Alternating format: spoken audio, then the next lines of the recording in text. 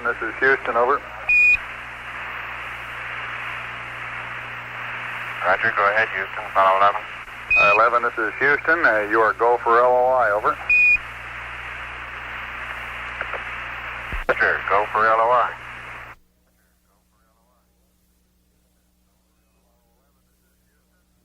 Apollo 11, this is Houston. All your systems are looking good going around the corner. We'll see you on the other side, over. Roger. Everything looks okay up here. Roger, out. And we've had loss of signal as Apollo 11 goes behind the moon.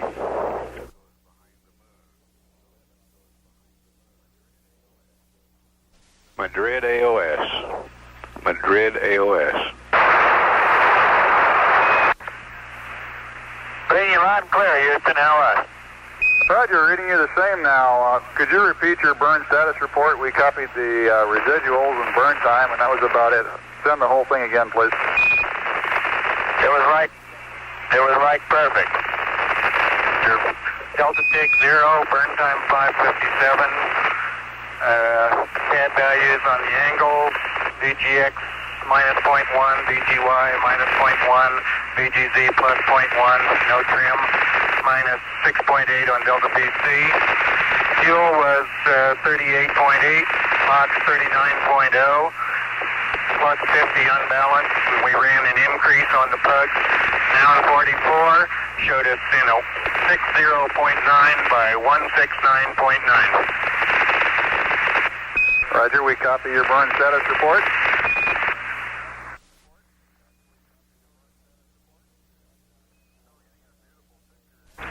So we're getting a beautiful picture in down here now, 11. The color's coming in quite clearly, and we can see the horizon and the relative blackness of space. And without getting into the question of grays and browns, it looks, at least on our monitor, sort of a brownish gray.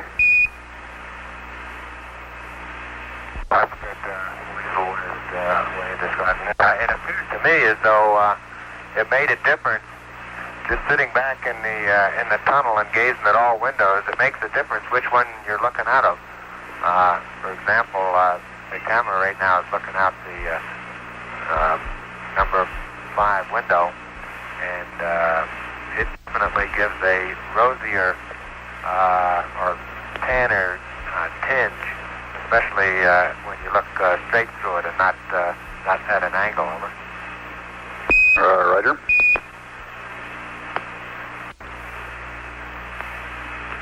Yeah, the crater that's in the center of the screen now is Webb. We'd be looking straight down on it at about 6 minutes before power descent. It has a relatively flat bottom to the crater, and you can see maybe 2 or 3 craters that are in the bottom of it. On the western wall, the wall that's now nearest to the camera, near the bottom of the screen, we can see a dimpled crater just on the outside. And then coming back toward the bottom of the screen and to the left, you can see a series of depressions. It's this type of connected craters that give us most interest to discover why they're in the particular patterns that they're in. I'll zoom the camera in and try and give you a little closer look at this. Roger, we're observing the dimple crater now. The central peak that we can see on the orbiter photos doesn't seem to stand out very well here. Well, they're not central peaks, they're depressions in the center. Roger. Eagle Houston, we look good through the 210 on this mode. We're going to shift data select to an 85-foot dish to see what we got, and then we'll be back through to you on the 210. If you'll stand by a couple of minutes in this mode, we'll be back with you. Over. Roger, Eagle, standing by. This is Apollo Control, Houston. 83 hours, 21 minutes now into the flight. Meanwhile, aboard the Eagle, apparently Buzz Aldrin and Neil Armstrong, although Buzz is doing most of the comm check at this time.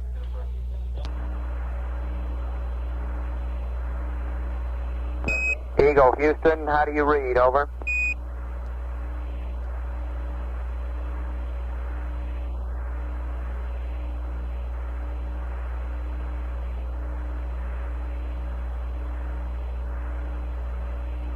Houston, Eagle, read you loud and clear, over. Roger, we're reading you 5-by. We got the voice good through the 85. The telemetry is in and out through the 85. Stand by, we'll be back through you with you through the 210, over.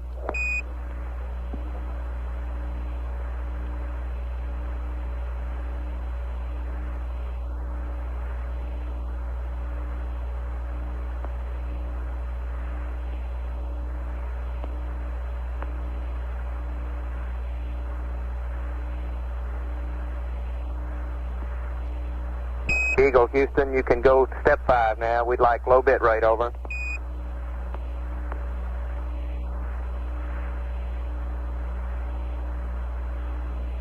Houston, Eagle, you have low bit rate. Roger, copy, Eagle. Yeah.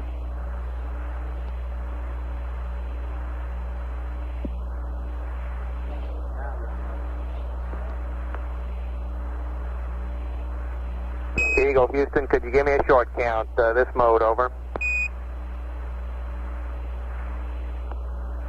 Houston, this is Eagle with a short count. 1, 2, 3, 4, 5, 5, 4, 3, 2, 1. Eagle, over. Roger, Eagle, you're 5-by. This S-band voice is really beautiful, over.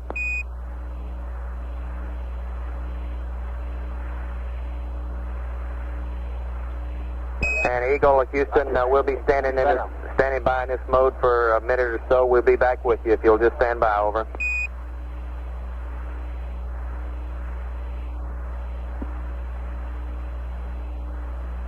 Roger.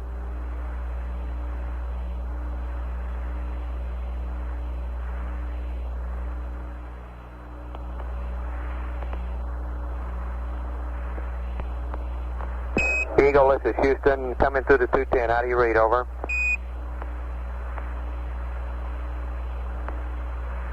Roger, read you loud and clear.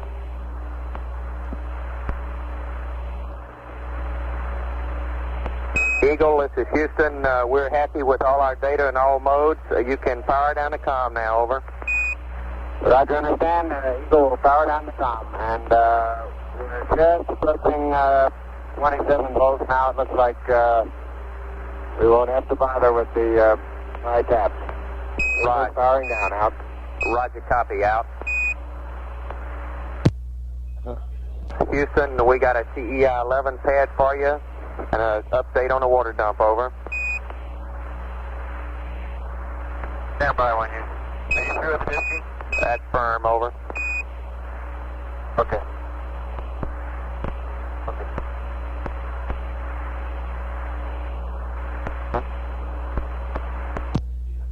This is Apollo Control, Houston, 83 hours, 27 minutes now into the flight, Apollo 11. That last exchange between Charlie Duke, our capsule communicator, and Buzz Aldrin aboard the Eagle, identifying that we're very well satisfied with the communications check on the lunar module, and we'll proceed with powering down the spacecraft.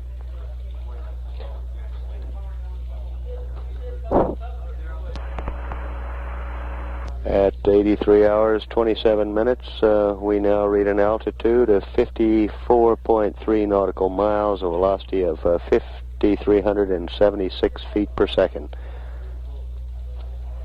And this is Apollo Control, Houston.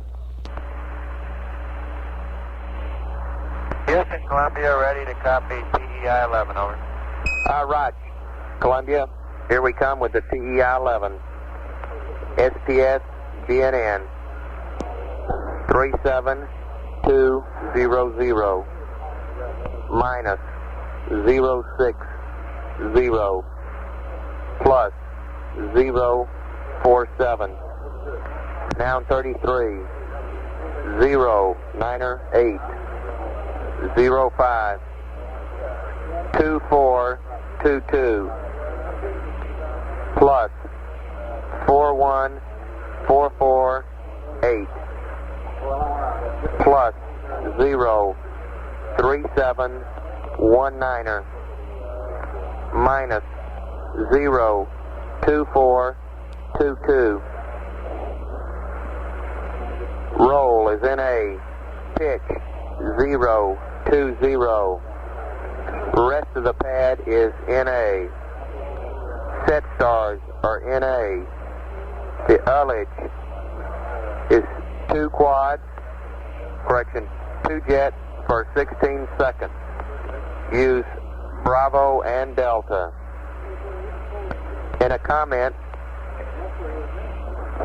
the undocked present CSM, correction, this is for TE-11, is undocked present onboard weight of the CSM is 37200 pounds, about 50 alpha in your DAP, over.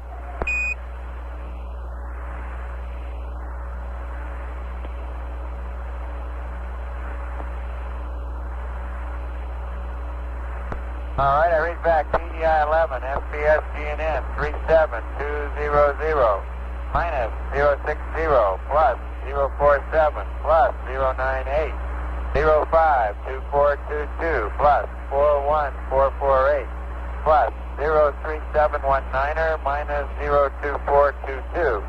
NA 020, rest of pad NA. Ullage 2 jet for 16 seconds, quad B and D. Undocked. Present CSM weight is okay in the down. Roger, 11. And we'd like you to do a wastewater dump at 84 hours, down to 25%. Over.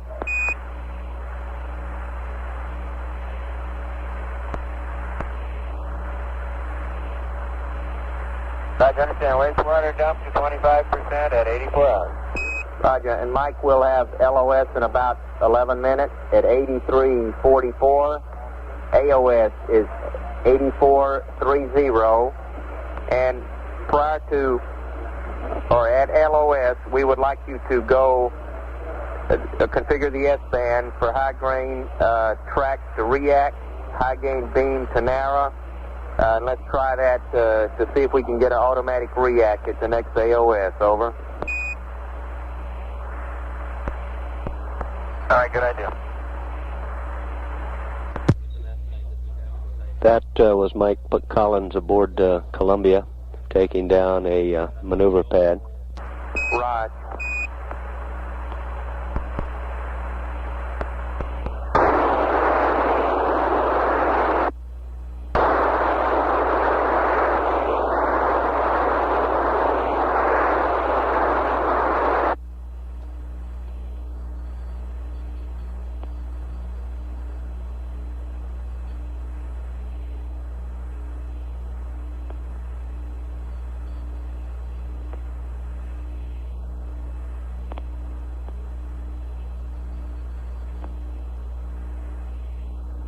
Apollo 11 Houston, also that water that you got on the aft bulkhead, we, if it's not too much, we just recommend sopping it up and then throwing the sponges away in the waste storage area. If it's too much, then we recommend using the procedure in the checklist on page F10-14. Over.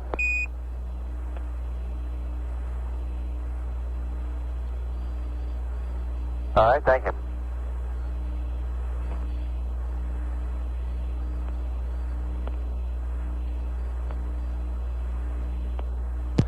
This is Apollo Control Houston, 83 hours, 34 minutes now into the flight, Apollo 11. The lunar module communications has been deactivated. We currently show a velocity of 5,377 feet per second. Our orbital parameters now read 65.1 nautical miles apoloon, 54.2 nautical miles paraloon. At 84 hours 35 minutes, continuing to follow. This is Apollo Control Houston. Apollo 11, Houston, would you have Buzz make sure he gives us the ops pressure readings before you close up? Over. Will do. Houston 11, the OPS has read 5750, both bottles. Roger. This is Apollo Control Houston, 83 hours 38 minutes. Apollo 11 now on CSM power. This is Apollo Control Houston, 83 hours 40 minutes. Now into the flight Apollo 11. We're less than 4 minutes away now from time of loss of signal with the Apollo 11 spacecraft.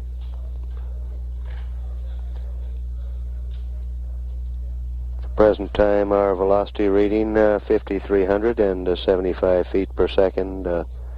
Our total weight in orbit at this time reading 70,502 pounds.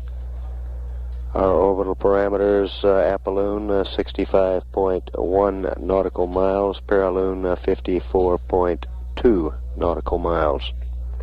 This is Apollo Control Houston.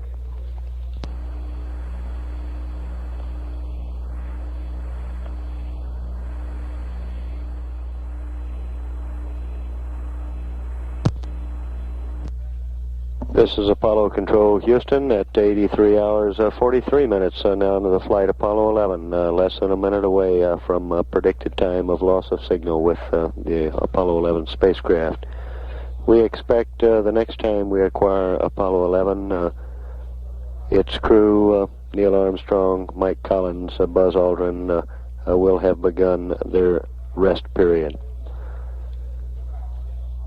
And at 83 hours 43 minutes, this is Apollo Control Houston.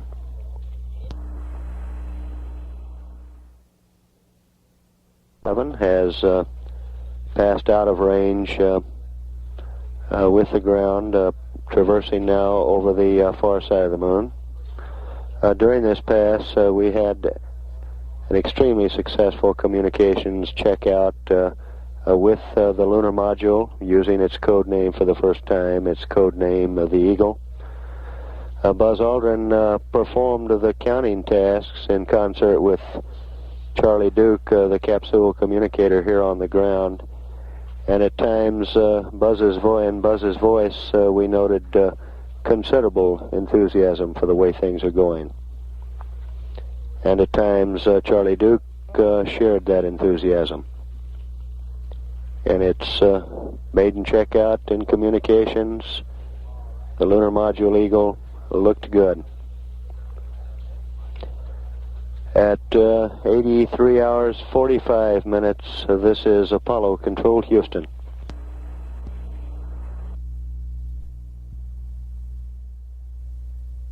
This is Apollo Control Houston at 84 hours and 28 minutes, now into the flight Apollo 11. We're less than 2 minutes away now from our scheduled time of acquisition with Apollo 11. Meanwhile, in Mission Control Center, astronaut Owen Garriott has now replaced Charlie Duke as our capsule communicator.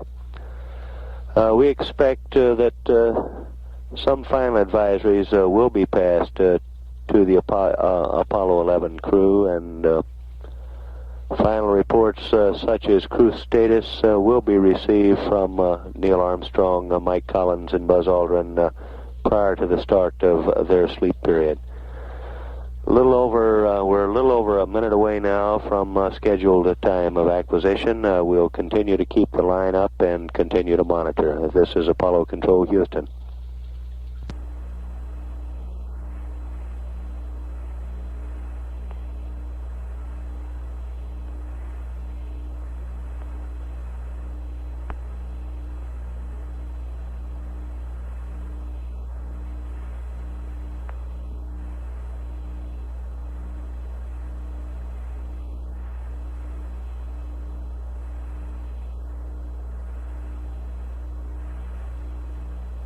Mark 30 seconds now from time of scheduled acquisition.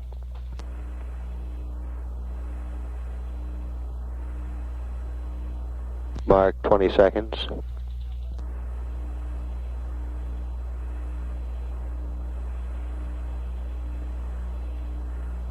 10 seconds.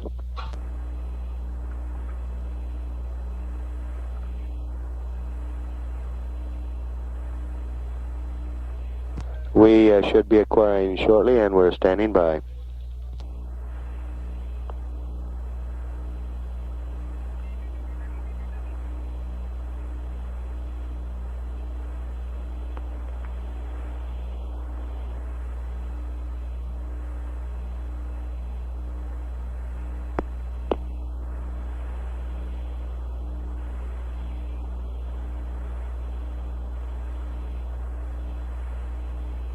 We have data.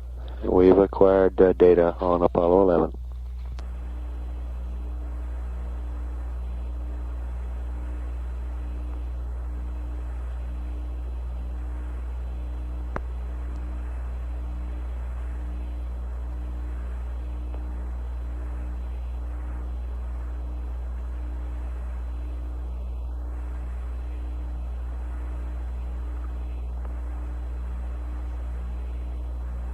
This is Apollo Control Houston, Owen Garriott, getting ready to place a call. Over.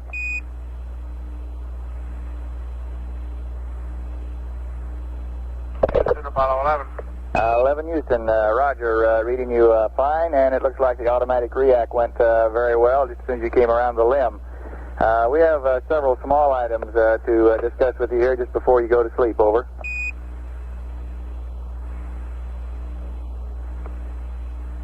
Go ahead, Owen. Okay, 11. First of all, on our LEM systems checks, everything went fine. Would like to remind you, though, tomorrow you may see an ascent pressure light when you activate the MC&W. There should be no problem there, however. You did note that the ox tank pressure was only reading 111 psi, which is normal at this point. But below the level which will trigger your light due to the helium which has been dissolved into the propellant. Over.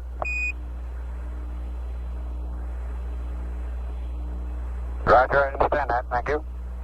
Roger, and next item, the supercritical helium rise rate is nominal, and you also had questions for us about your thruster activity during the P-22 on the last rev. I believe we understand that now.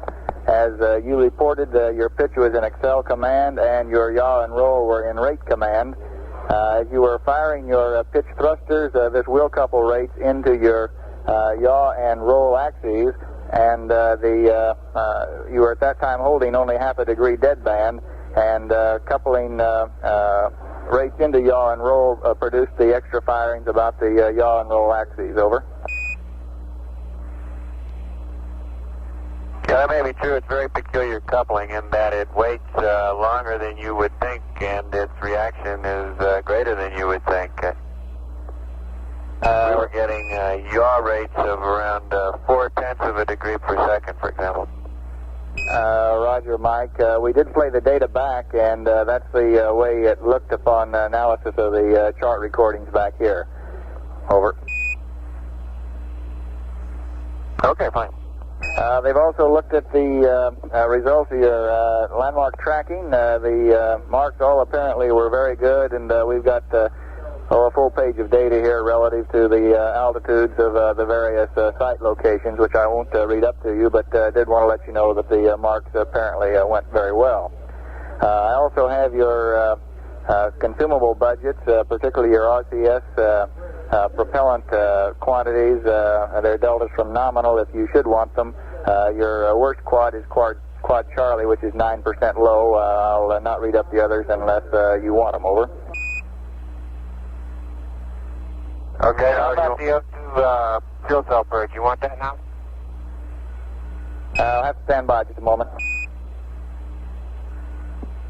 Okay, and then the other one is we're still charging battery A.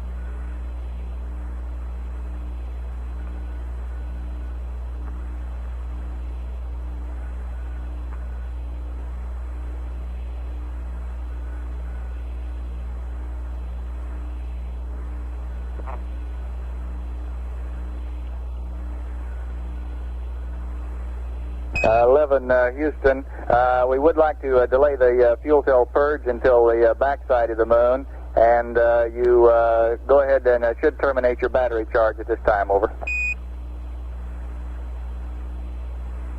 Okay, I understand. I knew we had another O2 and H2 purge coming up in the morning. I wasn't sure whether you wanted to go through with this one or not. I'll wait until the backside and then do it. That's fine, Buzz. Terminate battery charging now. That's right, and one other systems item here. In order to balance your cryo tanks, would you get your O2 at tank 1 and your H2 tank 2 heaters off, over?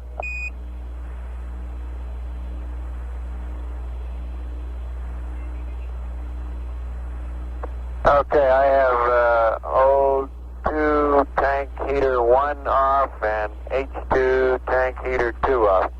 That's right, Mike, and we believe you have your quad Bravo and quad Charlie turned off in your DAP at this time in a 5-degree deadband. We'd prefer a 10-degree deadband for your sleep period overnight here, over. Okay. One other item relative to a malfunction procedure. It's unlikely that you'll have to worry about this tomorrow, but in your malfunction list under docking on page F 11-9, there is a malfunction procedure for a high O2 flow rate at the top of under tunnel at the top of page 11-9. We would like to have you not use that malfunction procedure should you encounter the high O2 flow rate, and instead check back with Houston for a revised procedure should you find that situation, over. Understand, and notice and made my checklist.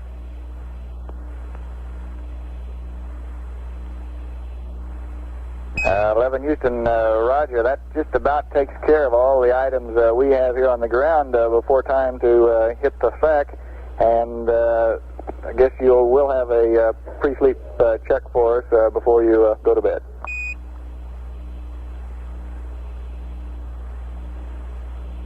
Roger, we're in the midst of cycling the O2 and H2 fans now. Roger.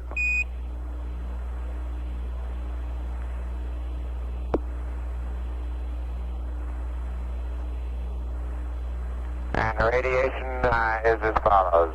CDR 11012, CMP 10013, LMP 09015.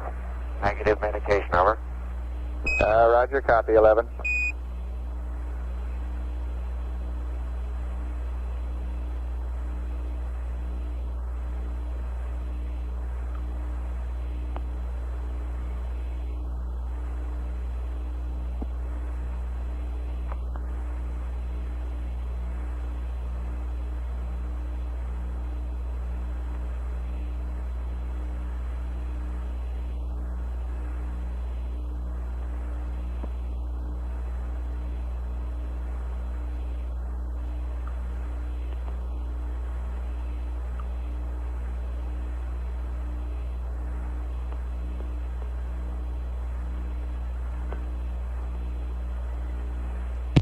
This is Apollo Control, Houston. 84 hours, 39 minutes now into the flight. That conversational exchange with Owen Garrett here in Mission Control Center, and principally Buzz Aldrin. However, Mike Collins did talk briefly about Program 22, the landmark tracking activity in which he performed. At 84 hours, 40 minutes, this is Apollo Control, Houston.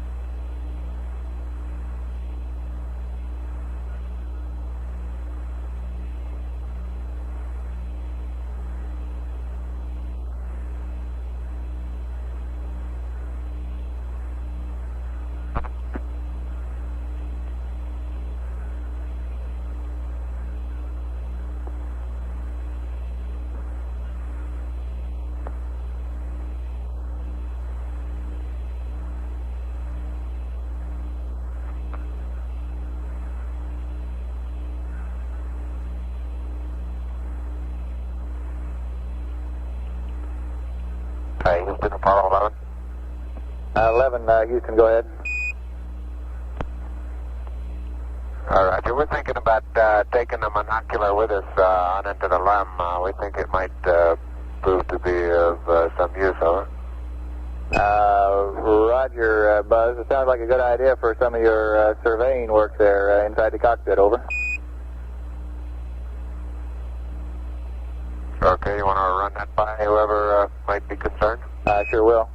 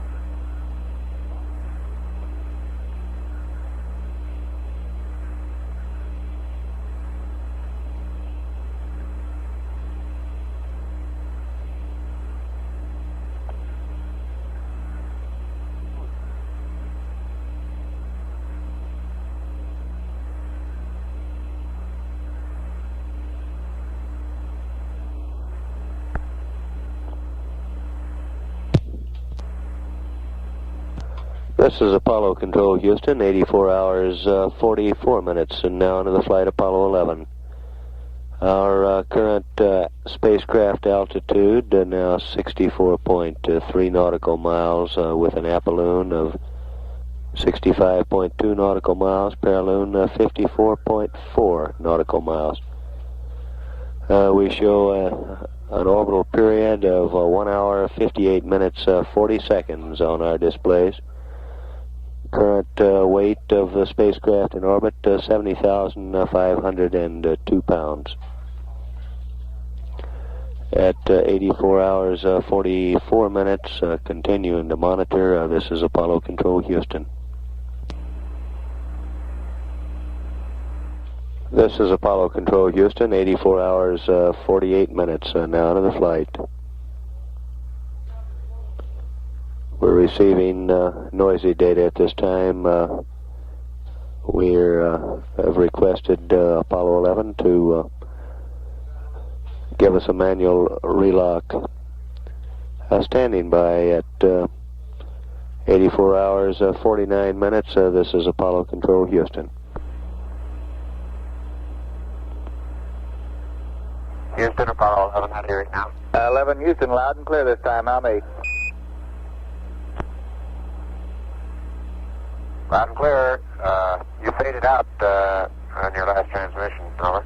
Roger, are you in wide beam now? Negative, I got you locked back on again, reacting now.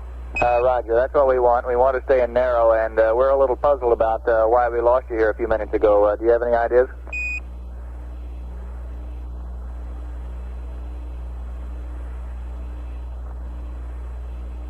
Oh, sure do.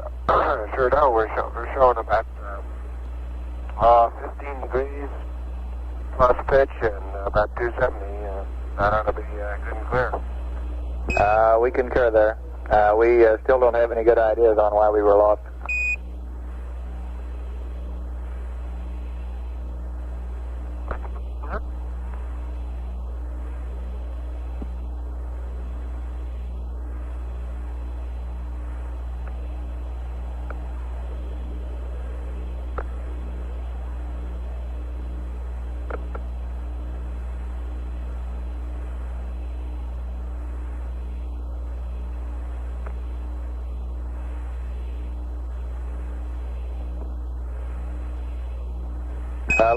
Houston, would you confirm that we did acquire automatically when you came around the limb for this passage, over?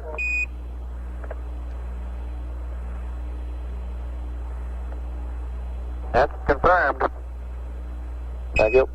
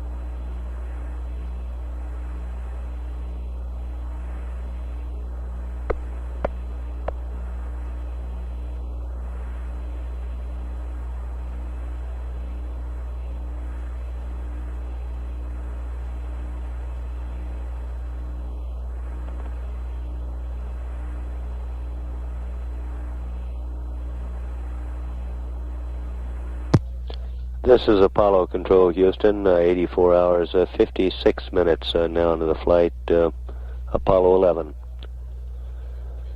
Our current apoloon, 65.1 nautical miles, current paraloon, 54.3 nautical miles.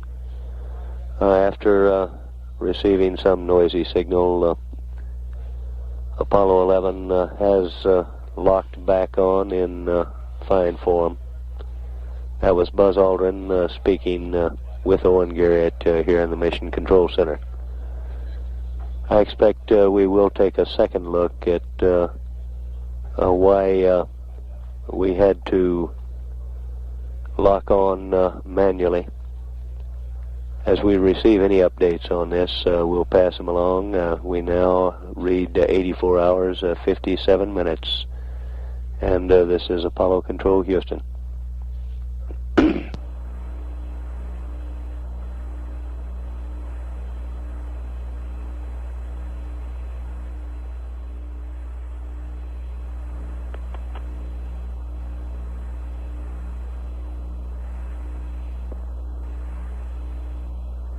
Apollo 11, Houston, over. Houston, Apollo 11. 11, Houston, on your auto RCS select switches, we show Quad Bravo disabled, but Quad Charlie only partially disabled. Charlie 3, I believe, is the only one you have selected off. Is that correct?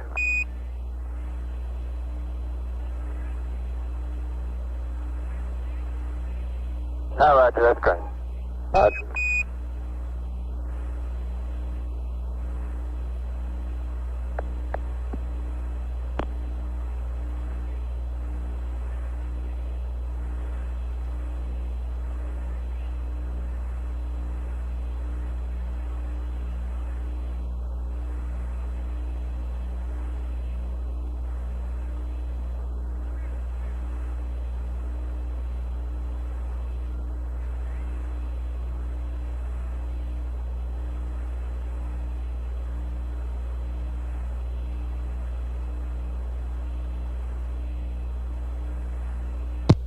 This is Apollo Control, Houston, 85 hours, 5 minutes. Now into the flight, Apollo 11. We confirm from the ground following that conversational exchange.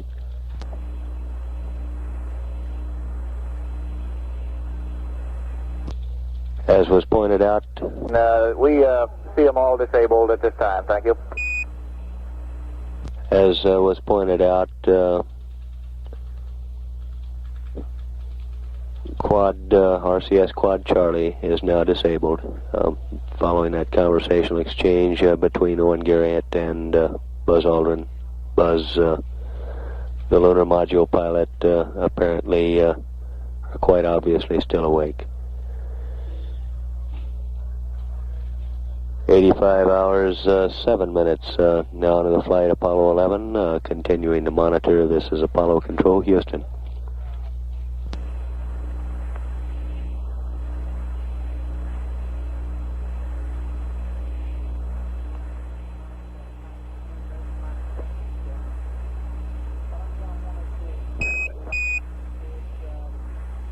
Apollo 11, Houston, over.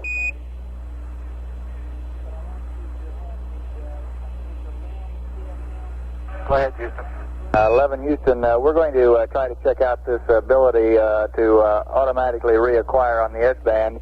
And what we want to do is to secure our uplink carrier for about 30 seconds. Then we will turn it back on and see if the spacecraft equipment will automatically reacquire.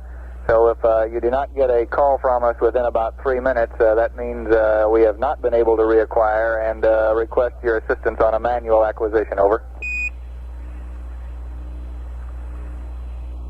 Okay, we understand.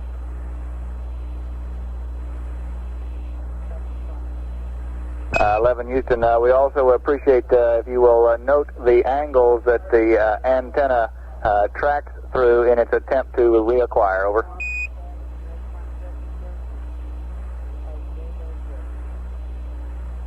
Roger, we'll do that.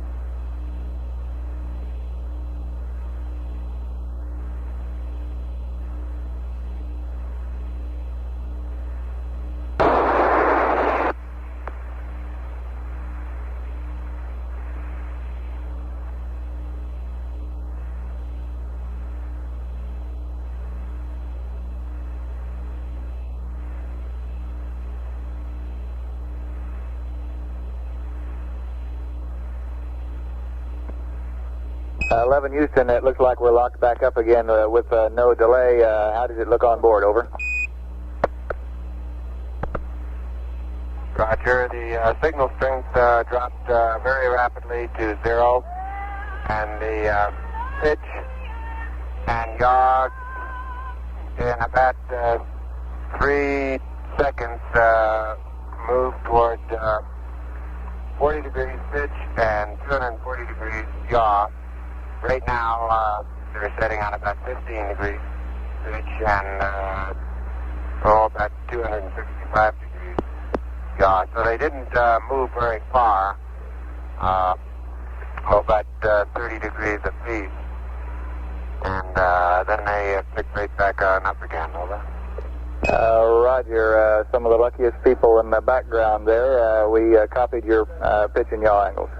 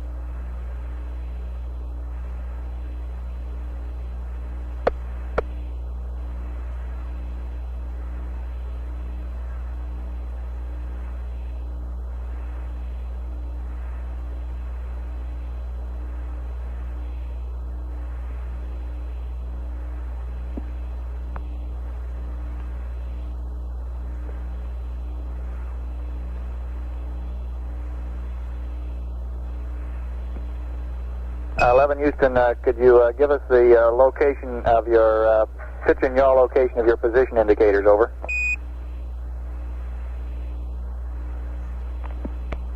Roger, they're the same position as the antenna right now, plus 15 degrees pitch and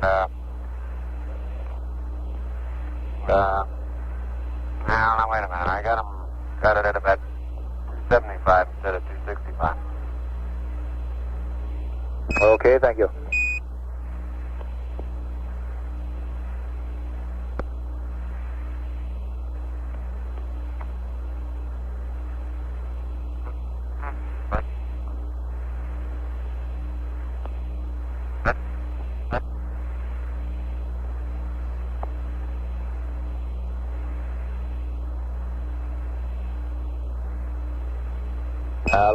Houston, we'd like to try the same procedure once more. We'll leave the carrier off a little longer and be back up for a call within 4 minutes. Over. Okay. This is Apollo Control, Houston, 85 hours, 17 minutes now into the flight, Apollo 11. What you heard in the conversation between Owen Garrett and Buzz Aldrin was following a communications check in which we secured the uplink carrier for some 30 seconds and waited a given a period of time, approximately 3 minutes, to see if the spacecraft would reacquire. We appeared to reacquire in fine form on this first test. We will repeat it, this test, a second time, delaying approximately 4 minutes before we place a call to Apollo 11. At 85 hours, 17 minutes, we currently read an altitude, spacecraft altitude of 56.1 nautical miles. Present velocity shows 5,367 feet per second. An apoloon 65 nautical miles, paraloon 54.4 nautical miles. Present weight in orbit remains a static 70,502 pounds. Present time in orbit, as shown on our displays, 1 hour, 58 minutes, 40 seconds. This is Apollo Control, Houston.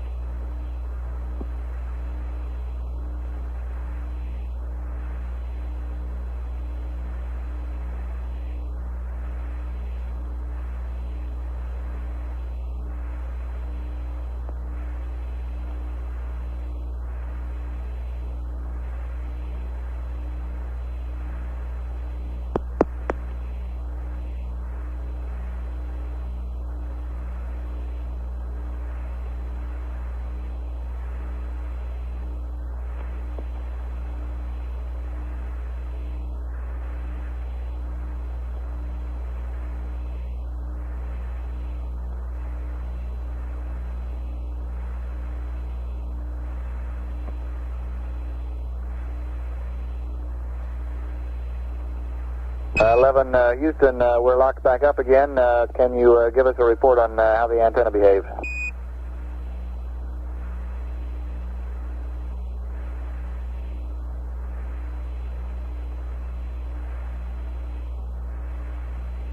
Roger, it was essentially identical with before. The pitch went to 40 to 45, and the yaw went to about 255, 245 to 255.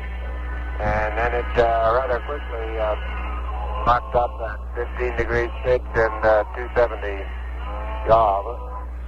11 Houston, Roger, your angles 45 and 255. Do I understand that as soon as the carrier dropped, it went to these angles, or did it only go to these angles after the uplink carrier was re-enabled and the antenna began to hunt to reacquire? Over.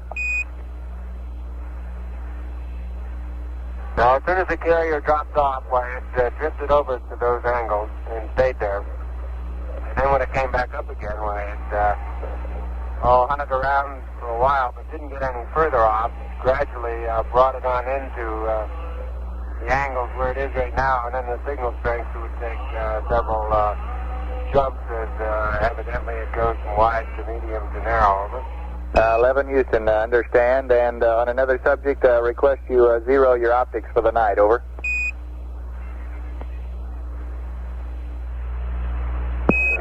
Apollo 11 Houston. Over.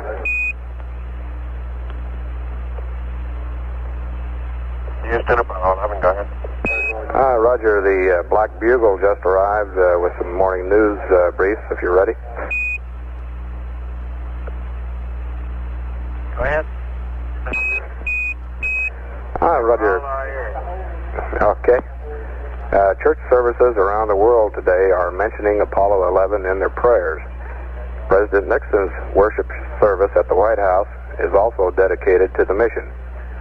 And our fellow astronaut, Frank Borman, is still in there pitching, and will read the passage from Genesis, which was read on Apollo 8 last Christmas. The Cabinet and members of Congress, with emphasis on the Senate and House Space Committees, have been invited along with a number of other guests.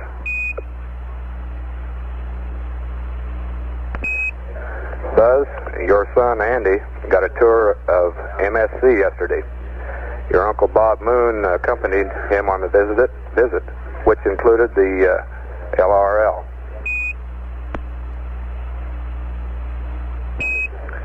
Among the Roger.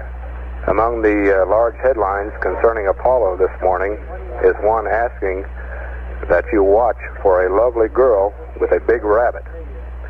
An ancient legend says a beautiful Chinese girl called Chang'o has been living there for 4,000 years. It seems she was banished to the moon because she stole the pill of immortality from her husband. You might also look for her companion, a large Chinese rabbit, who is easy to spot since he is always standing on his hind feet in the shade of a cinnamon tree. The name of the rabbit is not reported. Okay, we'll keep a close eye for the bunny girl. Roger. You residents of the spacecraft Columbia may be interested in knowing that today is Independence Day in the country of Colombia.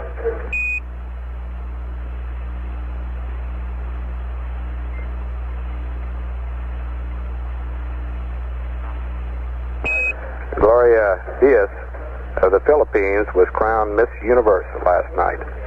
She defeated 60 other girls for the Global Beauty title. Miss Diaz is 18 with black hair and eyes and measures 34 1/2, 23, 34 1/2. First runner-up was Miss Australia, followed by Miss Israel and Miss Japan.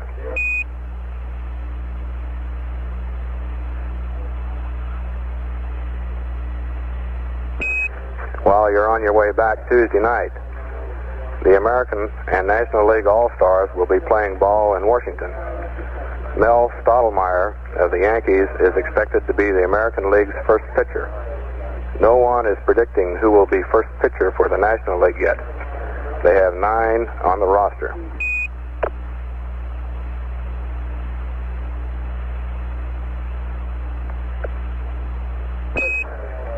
Even though research has certainly paid off in the space program, research doesn't always pay off, it seems. The Woodstream Corporation, parent company of the Animal Trap Company of America, which has made more than 1 billion wooden spring mousetraps, reports that it built a better mousetrap, but the world didn't beat a path to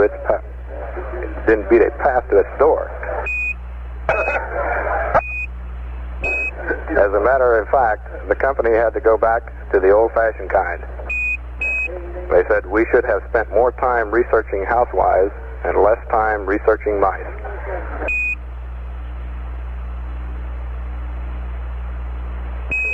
And the Black Bugle is all completed for the morning.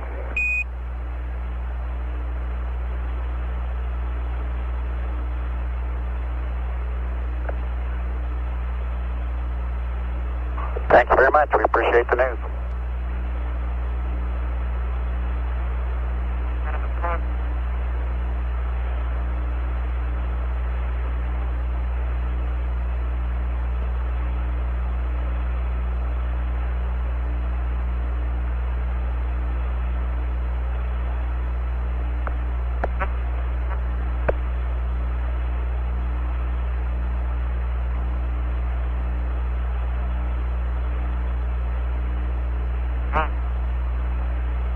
Black Team, we'll be looking for an interesting day with you all tomorrow. Roger, we'll be going off here shortly, and we'll pick you up in the morning for sure.